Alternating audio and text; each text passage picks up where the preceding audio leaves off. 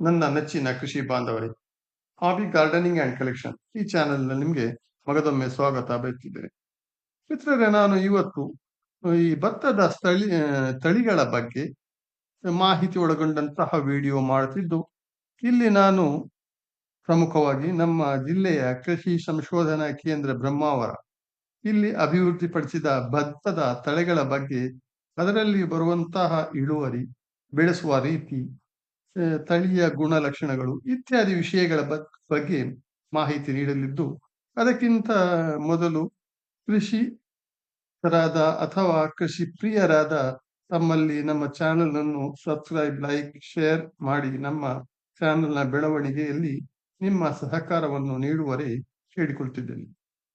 ಮಿತ್ರರೇ, ಯಾವುದೇ ಕೃಷಿಯಲ್ಲಿಯೂ ಹೊಸತಾಗಿ ಬರುವ ತಳಿಗಳ ಬಗ್ಗೆ ತಿಳಿದುಕೊಳ್ಳುವುದು ಕೃಷಿಕರಿಗೆ ತುಂಬಾನೇ ಮುಖ್ಯವಾಗುತ್ತದೆ.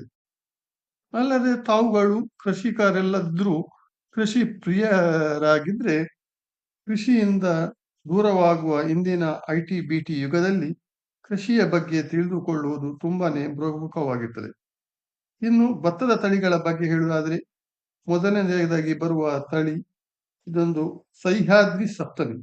ಇದು ಬ್ರಹ್ಮಾವರ ಕೃಷಿ ಸಂಶೋಧನಾ ಕೇಂದ್ರ 2024ರಲ್ಲಿ ಬಿಡುಗಡೆ ಮಾಡಿದ ತಳಿಯಾಗಿದ್ದು, ಇದು ಮಜಲು ಪ್ರದೇಶದಲ್ಲಿ ಸೂಕ್ತವಾಗಿದ್ದು, ಕಾರ್ತಿ ಮತ್ತು ಸುಗ್ಗಿ ಎರಡು ಬೆಳೆಗೂ ಯೋಗ್ಯವಾಗುತ್ತದೆ.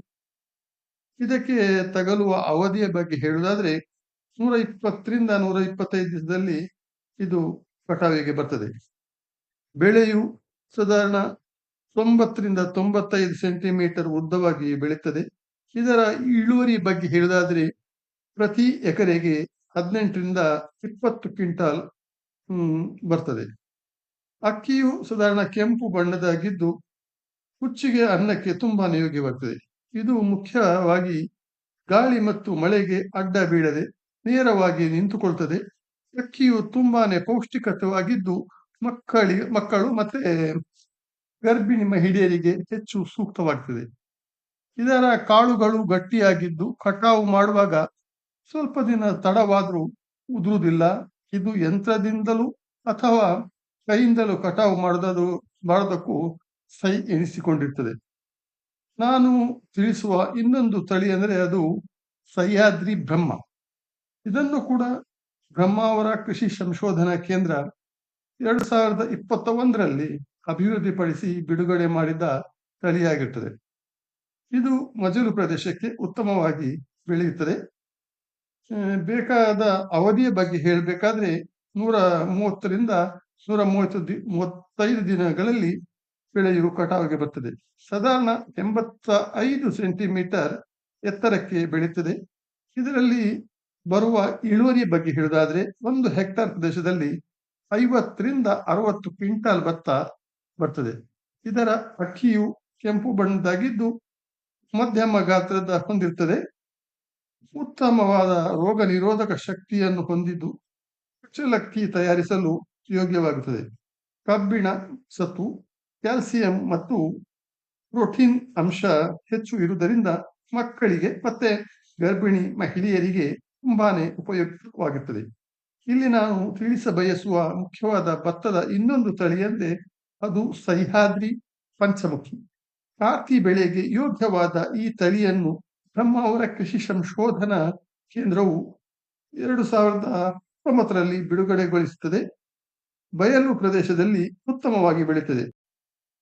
ನಾಟಿ ಮಾಡಿದ ಸುಮಾರು 130ರಿಂದ 135 ದಿವಸಗಳಲ್ಲಿ ಇಳುವರಿ ಬರ್ತದೆ.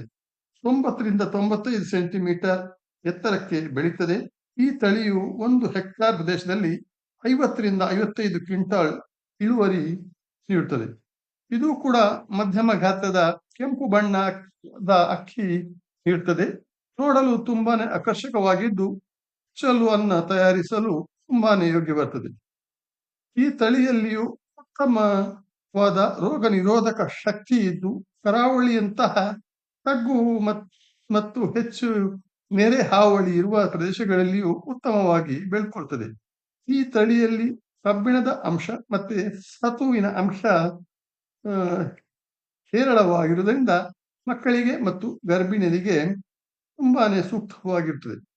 ಈ 3 ತಳಿಗಳನ್ನು ಬ್ರಹ್ಮಾವರ ಕೃಷಿ ಸಂಶೋಧನಾ ಕೇಂದ್ರ ಬ್ರಹ್ಮಾವರ ಇಲ್ಲಿಯ ವಿಜ್ಞಾನಿಗಳು ಕ್ರಮವಾಗಿ ಅಭಿವೃದ್ಧಿಪಡಿಸಿ ಬಿಡುಗಡೆಗೊಳಿಸಿದ್ದು ಸಾಲು ನಾಟಿ ಪದ್ಧತಿಗೂ ಇದು ಸೂಕ್ತವಾಗುತ್ತದೆ.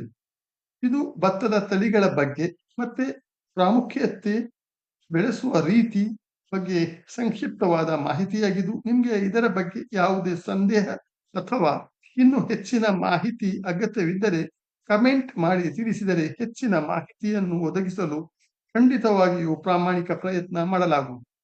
ನಿಮ್ಮ ಅತ್ಯಮೂಲ್ಯ ಸಮಯ ನೀಡಿ ವಿಡಿಯೋ ಆಲಿಸಿದ್ದಕ್ಕೆ ತುಂಬಾನೇ ಧನ್ಯವಾದಗಳು. Thank you very much.